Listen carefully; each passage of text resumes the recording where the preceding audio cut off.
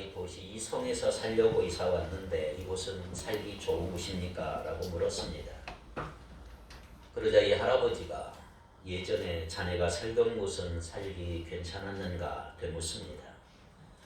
이 청년은 예, 참 괜찮았습니다. 그러니까 노인은 그래 이곳도 살기 참 괜찮은 곳이야. 잘 왔어. 이렇게 말해 주었습니다. 얼마 후에 또 다른 청년이 와서 묻습니다. 할아버지, 제가 이 성에 살려고 이사 왔는데 이곳은 살기 좋은 곳인가요? 그러자 또 묻습니다. 예전에 자네가 살던 곳은 살기가 괜찮은 곳이었는가 되묻습니다. 그러자 이 청년은 아니요. 아주 지옥 같은 곳이었습니다. 그래서 이사 왔습니다. 그러니까 이 노인이 이렇게 말합니다. 이곳도 지옥 같은 곳이네. 자, 이 두 청년이 살던 도시는 같은 도시였습니다. 그러자 한 청년은 평소에 늘 감사하는 청년이었고 한 청년은 죽지 못해 사는 청년이었습니다. 이 청년에게 도시가 아무리 좋아도 늘 부족하고 불편스럽고 지옥 같은 도시가 될 것입니다. 왜냐하면 그 마음에 감사가 메말라 버렸기 때문입니다. 영성학자인 게리 토마스라고 하는 사람은 그의 책에서 이렇게 얘기했어요. 감사는 뭐냐? 안전벨트다. 자동차의 안전벨트가 감사라고 해요. 사실 운전할 때 안전벨트는 대단히 귀찮아요. 저도 양복을 입을 때는 거의 하기가 싫어요. 왜 다 묻습니다. 넥타이도 모아사스도 묻고 지저분을 힘들어요. 귀찮아 여겨질 때가 있어. 또 매지 않아도 별일 없이 잘 가는 것 같아요. 그런데 왜 안전벨트를 매라고 할까요? 언제 사고가 날지 모르기 때문에. 사고가 없을 때는 괜찮아요. 그런데 사고가 나면 큰 차이가 납니다. 안전벨트 맨 사람과 안 맨 사람. 그래서 안전벨트는 기본 안전수칙이라고 할 수가 있죠. 감사가 그렇습니다. 감사를 하지 않아도 우리는 그럭저럭 1년을 살아왔다고 생각해요. 그런데 여러분, 삶의 문제가 터지면 상황은 달라져요. 평소 감사하며 삶을 살아온 사람은 그 문제를 금방 회복되고 또 치료가 되고 잘 살아가는 것을 봅니다. 그런데 감사의 삶을 살아오지 못한 사람은 그 사건, 그 문제의 충격으로 주저앉아버리고 삶을 포기하는 사람도 봤어요. 평소 감사의 삶을 산다는 것이 이렇게 중요한 것입니다. 우리가 인생을 살다 보면 우리는 여러 가지 위기를 맞이해요. 그리고 사람들마다 그 위기의 수준도 다르고 와닿는 충격도 다를 수가 있어요. 한 사업가가 자금이 바닥나고 매출은 줄고 경기는 최악이고 직원들은 임금을 올려달라고 농성을 하고 그런 일 때문에 스트레스를 받아 몸이 아파서 병원에 진단을 받았는데 암이라는 선고를 받았다면 그것은 우리를 위기라 그래요. 위기가 왔다. 한 가정이 실직을 하고 큰아이는 고3인데 공부는커녕 가출을 해버리고 사고까지 나서 경찰에서 연락이 왔다면 부모의 심정은 어떨까요? 농부가 수확을 앞두고 있는데 갑자기 홍수로 모든 것이 다 떠내려가고 집까지 침수를 당했다면 그것이 바로 위기라고 할 수가 있습니다. 우리는 종종 최악의 상황을 맞이할 때가 있어요. 위기의 때가 있을 수가 있단 말이에요. 인생을 살면서 평탄함만 있는 게 아니잖아요. 위기가 있다. 위기. 그때 우리는 어떻게 해야 될까? 자, 오늘 본문 17절에 보니까 최악의 상황을 고백하고 있어요. 하박국 선지자. 자, 17절 뭐라 그래요? 비록 무화과 나무가 무성하지 못하고 포도나무가 열매가 없고 감람나무에 소출이 없고 밭에 먹을 것이 없고 우리의 양이 없고 외양간에 소가 없을지라도 아무것도 없습니다. 지금 하박국 선지자는 경기가 좀 좋지 않다는 이야기를 하고 있는 게 아니에요. 한 번도 경험해보지 못한 초대형 재난에 대해서 지금 이야기하고 있는 거예요. 한 번의 어려움으로 그친 게 아니라 계속해서 슬프고 어려운 소식들이 이어지고 있잖아요. 희망이 사라지고 있는 거예요. 자기 나라 조국 유다라고 하는 나라가 바벨론에 의해서 침공당함으로 모든 것이 파괴되고 탈취당하고 있어요. 사람들은 포로로 끌려가고 부녀자들은 다 죽고 약탈을 당하고 백성들이 그동안 땀 흘려 쌓아놓았던 농산물들을 다 탈취해 가버리고 집은 파괴되고 마을은 불에 타버리고 남은 게 뭐가 있을까요? 오늘 본문에 언급한 무화과 나무, 포도나무, 감람나무는 이스라엘 대표의 나무들이에요. 무화과 열매는 그들이 주로 먹었던 과일이에요. 과일. 여기 무화과도 있는, 우리 석류가 있네. 무화과는 없나요? 무화과. 포도에서 나온 즙, 포도주는 그들이 매일 마시는 음료수예요. 또 감람나무 열매에서 나오는 기름은 그들은 모든 음식을 만들 때 기본적인 기름, 음식이에요. 양과 소는 그들의 중요한 자산들이잖아요. 옷을 만들고 고기를 제공하는 자산들. 소는 농사를 지을 때 중요한 역할을 했던 자원들. 이처럼 가장 기본적인 필요들이 지금 다 사라져버렸어요. 하박국 선지자의 고백이잖아요. 하나도 없다. 희망은 사라지고 생존 불가능한 상황이다. 이렇게 고백하고 있는 거예요. 자, 그렇다면 이런 결과가 왜 왔을까요? 오늘 본문의 이전에 쭉 읽어보면 하박국 1, 2, 3절을 보면 전쟁이 가져다준 결과가 이런 거예요. 전쟁 때문에 폐해가 된 거예요. 뭐 이렇게 다 사라져버렸어요. 여러분, 전쟁으로는 피하면 얼마나 여러분 참혹한지 모릅니다. 가장 기본적인 필요마저 다 사라져버렸으니까 그 다음은 말할 것도 없어요. 우리가 전쟁을 경험해본 앞선 세대들의 분들을 말을 들어보면 전쟁의 참혹함이 뭔지를 알아요. 그래서 공산주의가 무서운 걸 알아요. 반면 전쟁을 경험해보지 못한 세대들은 전쟁에 대한 이야기를 들어도 추상적이 와닿질 않아요. 영화를 통해 보기는 했지만 그것이 얼마나 심각한 것인지 피부로 느끼질 못해요. 우리가 6.25를 경험했고 월남전을 경험해봤지 여러분들 전쟁에 대한 트라우마가 있는 거 그분 참석한 사람들은 참여한 사람들은 제가 이라크 전에 참여하고 돌아온 미군들의 기록을 보니까 그들은 지금까지 계속 악몽에 시달리고 정상적인 삶을 살지 못하고 술과 마약에 빠지고 정신과 치료를 매일같이 받는 거예요. 삶이 다 망가져가고 이렇게 전쟁은 모든 것을 앗아가버리는 특징이 있어요. 취직이 안 나거나 실직과 경기가 안 좋다는 정도가 아니에요. 모든 것이 다 소멸되고 황폐한 그 자체라 이 말이에요. 오늘날 우리 한반도는 전쟁의 기운이 늘 감돌고 있지 않아요. 현대전은 바벨론이 유다를 침공했을 때보다 더 참혹할 것입니다. 상상도 하고 싶지 않은 일들이 일어나는 것이 바로 전쟁의 아픔이죠. 자, 그래 유다는 지금 바벨론에 있다고 하는 나라의 침공으로 모든 것 다 뺏겼어요. 있어야 할 것 사라지고 풍요가 아닌 심각한 결핍에 시달리고 있어 아무것도 없는 그 상황, 모든 것이 초토화되어 버린 비극적 재난 상황이었습니다. 자, 이런 상황에 처함이 온 사람들은 일반적으로 어떤 반응을 일으킬까요? 어떤 반응이 일어납니까? 어떤 극도의 불안함, 극도의 불안, 집단적 공포, 그리고 깊은 우울감이 넘쳐날 것이 희망은 사라지고 곳곳에서 신음과 절기로 비탄에 잠겨 있을 것이 너무 큰 절망적인 사건을 경험하면 몸도 마음도 움직여지질 않아요. 마비가 돼버려요.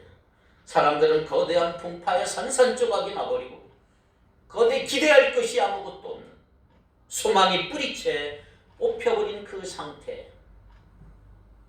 그런데 오늘 본문에 보니까 이 하박국은 전혀 다른 그 반응이 기록이 되어 있는 거잖아요. 자, 18절 이제 대반전을 한번 볼까요? 18절 같이 읽겠습니다. 나는 여호와로 말미암아 즐거워하며 나의 구원의 하나님으로 말미암아 기뻐하리로다. 아멘. 하박국 선지자는 일반적 예측과는 달리 전혀 지금 다른 반응을 하고 있는 거예요. 우리는 여기서 신앙의 진수를 봅니다. 아주 중요한 교훈을 여러분 하나 받으셔야 합니다. 오늘 우리 성도의 삶이 세상 사람과 어떻게 다른가 하는 것을 보여주는 그 대목이 18절이에요. 18절. 특별히 본문은 구약 선지서 중에서 아주 아름다운 시 중에 하나라고 할 수가 있습니다. 18절 하박국서의 결론적인 내용이면서 강력한 메시지를 우리에게 주고 있는 거예요. 깊이 묵상해 보세요. 오늘 이 말씀 속에 여러분들이 큰 새 힘을 얻을 수 있기를 축복합니다. 보십시오. 하박국은 내가 좀 힘이 들긴 하지만 참을만 하다 그렇게 말하지 않아요. 나는 어렵지만 고통에서 이겨내려고 애를 쓰는 중이다 그렇게 말하고 있지 않아요. 지금 전혀 다른 표현이에요. 지금 일어난 상황을 보세요. 너무 참혹하지만 아무것도 없지만 나는 여호와로 말미암아 즐거워하고 구원의 하나님으로 말미암아 기뻐하게 될 것이다. 이게 하박국의 고백인 거예요. 자, 그렇다면 하박국 선지자가 강조하고 있는 것 세 가지. 자, 첫째 뭘 강조하고 있을까요? 무엇이 없고 없는 상태에서 지금 즐거워하고 있다는 것에 주목하세요. 없는 것에. 자, 무화과 나무가 무성치 못하고 포도나무에 열매도 없고 감람나무에 소출이 없고 밭에 먹을 것이 하나도 없고 양도 없고 소도 없고 가진 것이 없어. 상황이 호전되어 가면서 기뻐하는 게 아니에요. 상황은 전혀 바뀌지 않았어.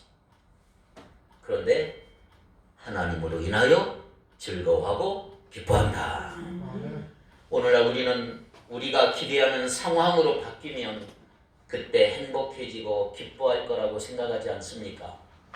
야, 그래, 내가 이거 꿈꾸던 거야. 내가 기도하던 대로 이루어졌어. 그때 기뻐하지 않습니까? 번영의 복음이 그렇죠. 과거 우리 한국교회 번영의 복음. 예수만 믿으면 가난에서 물리치고 예수만 믿으면 건강도 해지고 자녀도 성적이 오를 거다. 번영의 신앙이 유행했어요. 아, 그렇게 돼야죠. 예수 믿으면 병도 낫고 아이도 잘 되고 가정이 화목되고 그런 일들이 우리 가정에 일어나길 바랍니다. 그런데 초점이 번영의 복음의 약점이 뭐예요? 하나님이 아니고 자기 자신에게 있는 거예요. 내가 잘했으니까 복을 받은 거야. 이렇게 말하는 거예요. 그러나 하박국 선지자는 지금 전혀 다른 얘기를 하고 있는 거예요. 상황은 그대로예요. 고통스러운 현실은 변하지 않았어요. 현실에도 우리가 경험하는 것 중에 하나는 뭐냐?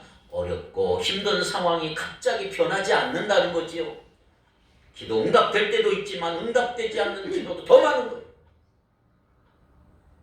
내 아이가 빨리 변하길 원하지만 변화가 없어요.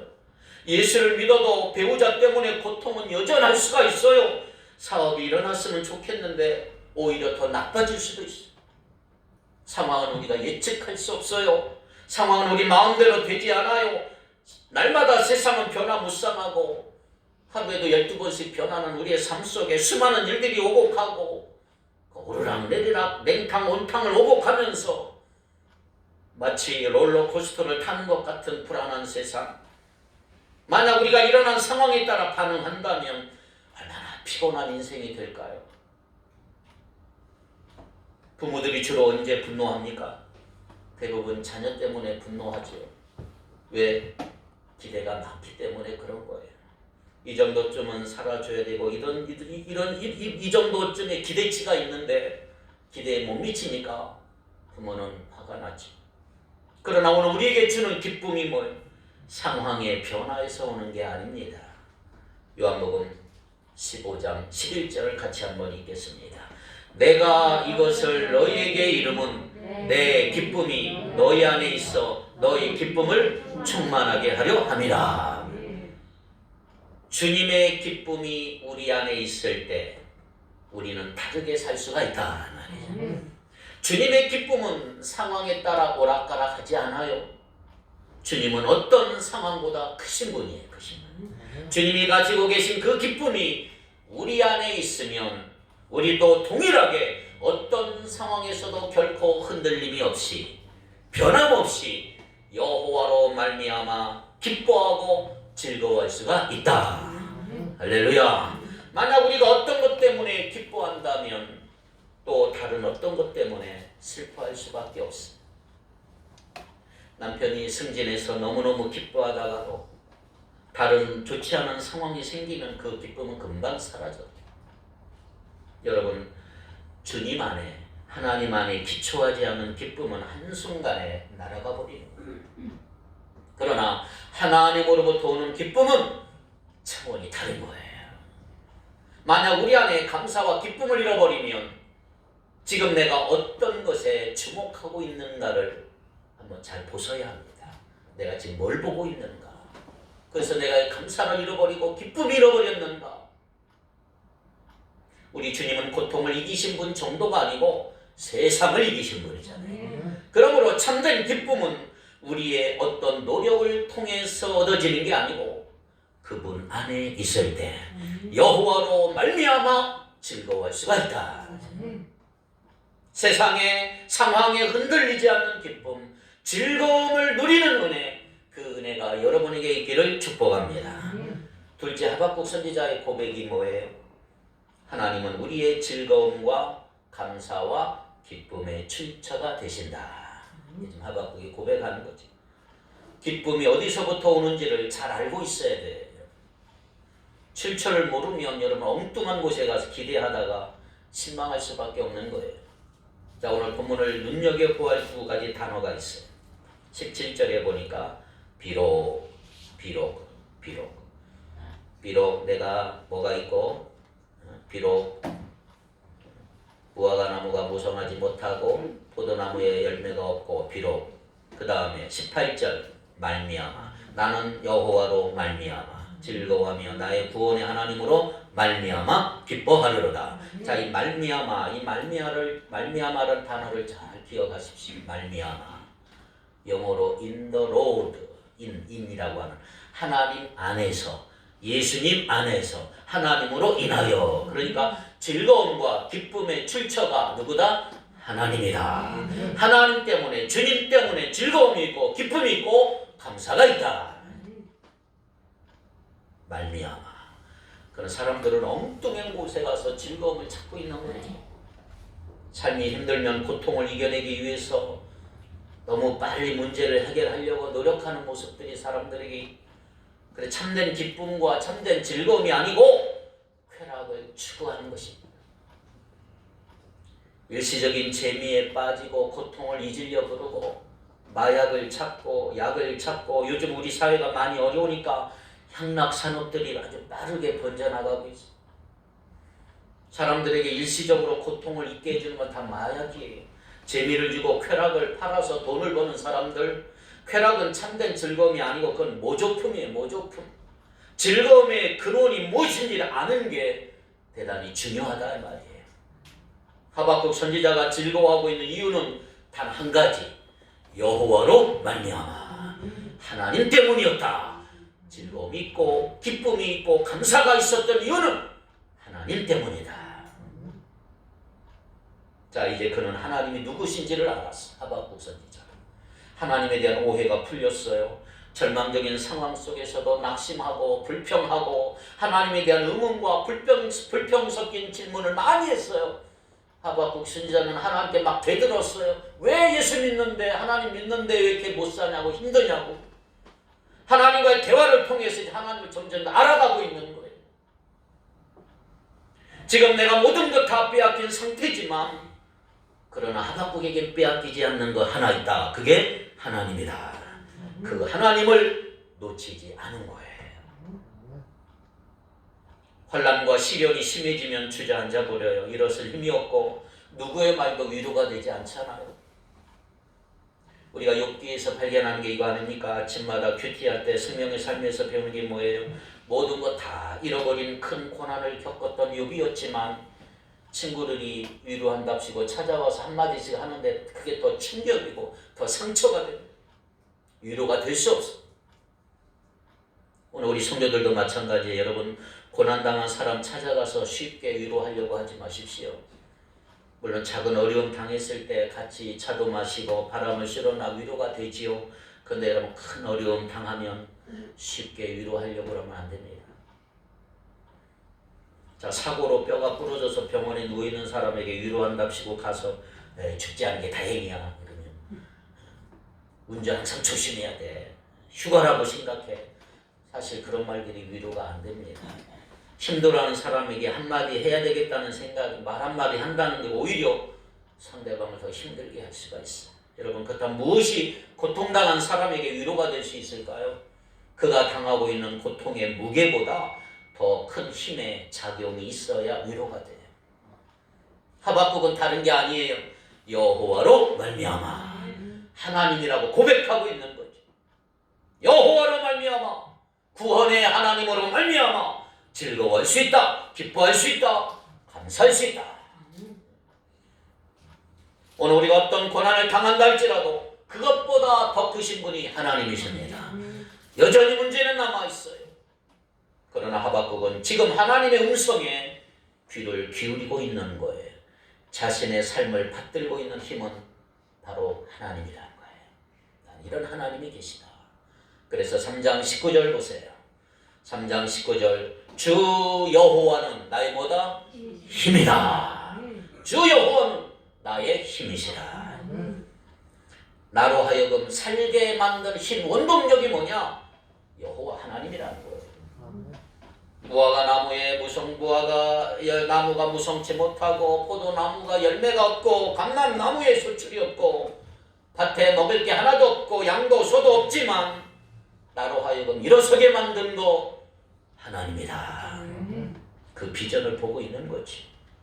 그리고 하박국은 유다가 바벨론에 망했는데 다시 회복시킬 것을 믿음의 눈으로 바라보며 하나님을 기대하고 있는 거예요. 여러분 힘들 때 자기 감정에 빠지지 마세요. 여러분 하나님 안에 거하면 잠시 행복하고 잠깐 기뻐하는 정도가 아니라 주님 안에 거하면 영원히 즐거워할 수가 있는 거예요. 그 하나님께 시선을 고정하는 여러분 되길 바랍니다. 내 감정을 쳐다보면 하루에도 12번씩 바뀌는 게 내 감정이 믿지 마세요. 셋째, 하박국 선지자의 고백이 뭐냐? 즐거움은 하나님과의 관계에서 온다. 어디서 와요? 하나님과의 관계. 자, 포도나무, 무화과나무 열매가 번성하면 얼마나 좋겠습니까? 우리의 희망이고 우리의 꿈이에요. 하나님의 백성들 안에 이 모든 것이 풍성하기를 바랍니다. 그런데 이전에 유다의 그런 풍성함을 경험한 적이 있었지만 문제는 그 풍성함 때문에 하나님을 잊어버렸어요. 풍성함이 없었다면 하나님을 더 잘 믿었을 텐데 너무 내가 부자가 되고 손에 있는 게 있으니 믿을 구석이 있으니 하나님을 잊어버리고 마는 거예요. 유다에게 찾아온 고통의 원인 하나님을 멀리하고 잊어버린 것. 오늘 우리의 신앙의 적신호가 뭔지 아세요? 물질적 풍요예요. 많아지면 하나님 점점점 멀리하게 돼요. 눈에 보이는 것이 우리를 너무너무 흔들어 놓고 갈등하게 만들어요. 그래서 우리는 생각보다 빨리 하나님을 잊어버려요.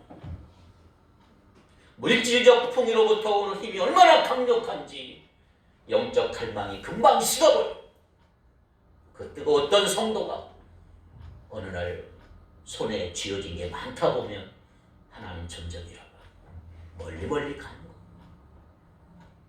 아쉬운 게 없으면 하나님 멀리하는 거예요.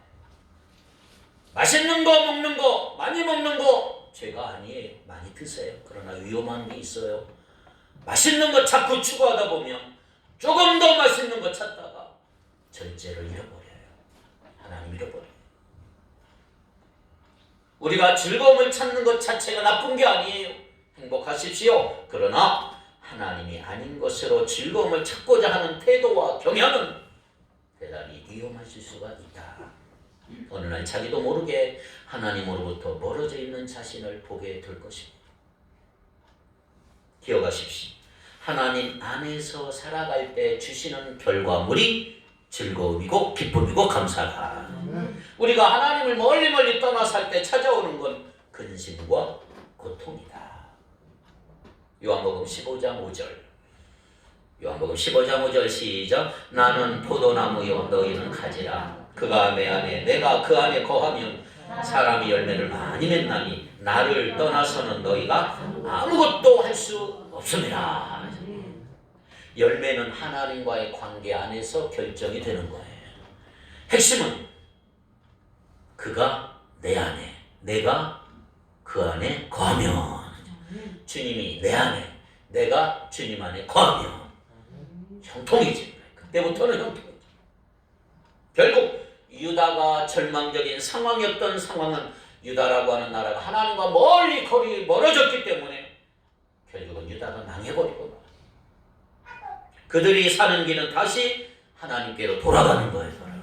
하나님과의 관계가 회복이 되면 다시 무화과나무, 감람나무, 포도나무 열매가 무성하게 맺히게 될 줄 믿습니다.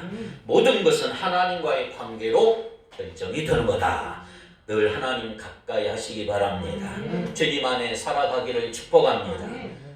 경기가 늘 좋을 수가 없잖아요. 항상 상황이 좋을 수 없어요. 한번 내가 기뻐하는 거 세상에도 있지만 기쁨을 계속 유지하는 건 세상에 없어요. 기쁨을 유지하는 비결, 상황과 조건에 상관없이 계속해서 기뻐할 수 있는 비결, 오직 하나님과의 관계에 있을 때만 가능한 줄 믿습니다. 그러므로 놓치지 말아야 될 것, 하나님과의 좋은 관계를 유지하기를 바랍니다. 하나님과의 좋은 관계. 하나님과의 좋은 관계 여러분 유지하면 우리 안에 안정감이 있고 흔들리지 않아요. 그러나 주님과의 관계가 약해지면 근심이 오고 두려움이 오고 염려가 밀려올 수가 있는 거예요. 우리 마음 우리가 지킬 수 있을까요? 천만에요. 만약 내 마음을 내가 지킬 수 있다면 걱정할 거 아무것도 없어. 우리의 마음 내가 지킬 수 없고 내 수고와 노력으로 기쁨이라고 하는 감정을 지킬 수 없는 거예요. 우리 삶이 꼬이고 뭔가 이상하게 돌아갈 때 여러분 확인할 게 하나 있어요. 하나님과의 관계입니다. 내가 하나님과 가까워지고 있는가 멀어지고 있는가 이거 확인해서야 합니다.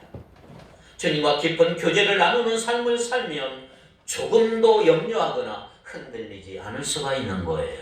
주님과의 교제가 탄탄하면 사람들과의 관계 속에서도 문제가 없고 누군가 나에게 무슨 얘기를 할지라도 흔들리지 않아요. 미워야 될 사람인데 이상하게 미움이 없어요. 사라져버렸어. 왜? 내가 주님 안에 거하면서 하나님과의 관계 안에 있으면서 내가 견고하게 있기 때문에 내가 주님 안에 있고 주님이 내 안에 있기 때문이다. 자, 빌립보서의 기쁨을 강조하고 있습니다. 한번 볼까요? 빌립보 4장 4절 시작. 뭐라 그랬어요? 기뻐하라. 어디서? 주 안에서 기뻐하라. 여기서 강조하는 게 주 안에서예요. 주 안에 있기만 하면 세상이 그 기쁨을 뺏어갈 수가 없어. 항상 기뻐할 수 있다. 바울은 그걸 누린 거예요. 주 안에 누렸어. 주님이 주신 기쁨은 얄팍한 게 아니에요. 그 감정으로 약간 들뜨기한 그런 걸 말하지 않아요. 세상엔 그런 것들이 많지만 그러나 주 안에서 주시는 기쁨은 차원이 달라요. 세상에 없는 기쁨은 고만고만하잖아요. 금방 사라지잖아요. 그러나 하나님이 말씀하신 기쁨은 다른 거대한 기쁨이에요. 거대한 기쁨. 하박국도 마찬가지. 하박국 선지자 엄청난 시련과 고난이 지금 턱밑까지 왔지만 끝도 없는 희망이 사라진 상태지만 그는 요동하지 않았어. 여러분 이 세상은 안전지대가 없잖아요. 아무리 좋아 보여도 기쁨을 빼앗아갈 버릴 일들이 얼마나 많은지 우리 주위에 다 좋아 보여도 가까이 가서 보면 다 슬픔의 바다고 안전한 곳은 하나도 없습니다. 오직 한 곳, 주 안에. 주 안에서 인더로 주 안에 주님 안에 있을 때 행복해진다. 하나님의 관계 안에서만 기뻐할 수 있다는 사실을 믿으시기 바랍니다. 종교개혁자 마르틴 루터가 고민이 많았던 사람이에요. 마르틴 루터 종교개혁자. 진리가 잘못되어 가고 있는 그 혼란한 시대 속에서 자신의 문제, 죄 문제 때문에 갈증을 많이 느꼈어. 죄 문제가 이 루터를 막 짓눌러요. 로마 카톨릭이 가르쳐준 교리대로 해결되지 않고 영적인 자유가 없어요. 죄 문제 해결하기 위해서 신부에게 고해 성사를 하루에도 12번씩 하고 끊임없이 고행과 수행을 해도 수많은 책을 뒤져도 내 문제가 해결되지 않는 거예요. 죄 문제가. 인간적인 본질적인 내면의 문제가 해결이 안 되니까 영적으로 너무너무 시달렸어. 그러다 어느 날 하나님께서 마르틴 루터에게 성경 말씀을 하나 탁 줬어. 머리한테 정신 차리도록 하나 말씀을 똥 줬는데 로마서 1장 17절 말씀을 팍 준 거예요. 답을 주신 거예요. 오직 의인은 믿음으로 말미암아 살리라. 고뇌 속에서 하나님의 진리의 답변을 듣고 이 루터는 자기 인생의 자유를 얻은 거예요. 자유를. 진리의 눈을 뜨지 못하고 죽어가고 있는 그 시대 백성들에게 생명 걸고 목숨 걸고 전해서 독일 사회와 종교 영역뿐만 아니라 중세시대 세계사를 바꾼 그러한 인물이 되었던 거지요. 여러분, 현실 안에 우리가 겪고 있는 고통 중에 하나는 뭐냐면 답이 없다. 그러나 하박국 선지자에서 우리가 배우는 태도 뭘까요? 하박국은 끊임없이 하나님께 묻고 매달린 거예요. 하나님은 문제 해결자시다. 하나님은 답을 갖고 계시다. 결국 하나님과 끊임없이 대화하는 가운데 그는 하나님이 누구신가를 알게 됐어. 유다를 통치하시는 분, 주변의 바벨론을 통치하시고 역사를 주관하시는, 모든 만물을 주관하시는 분, 주관자는 바로 하나님이라. 이걸 깨달은 거예요. 그러니 하나님께 매달리지 않겠어요? 하나님 가까이 하지 않겠습니까? 언젠가는 하나님이 나의 나라 유다 백성을 회복시켜 주실 것이다. 비전을 바라보고 영적 성숙으로 점점점 자라가게 된 거지요. 아무것도 없는 상황, 불평과 원망을 쏟아볼 수 없는 상황에서 하박국은 기가 막힌 고백을 했어. 숱한 고난과 삶의 질고 속에서 만들어진 그 신앙, 아무 일도 일어나지 않는 평탄한 삶을 사는 것이 우리는 축복이라고 여길지 모르지만 과연 그런 삶을 살았다면 하박국이 이런 상황 속에서 여호와로 말미암아 즐거워하겠다는 고백이 나올 수 있을까? 숱한 사건과 사고들을 통해서 하나님은 우리를 여물어 가게 하시고 하나님이 누구신가를 깊이 알게 하시기 때문에 모든 것이 없고 없을지라도 나는 여호와로 말미암아 즐거워하리로다. 이 신앙의 경지에 도달하는 은혜가 오늘 여러분에게도 일어나기를 주의 이름으로 축복합니다.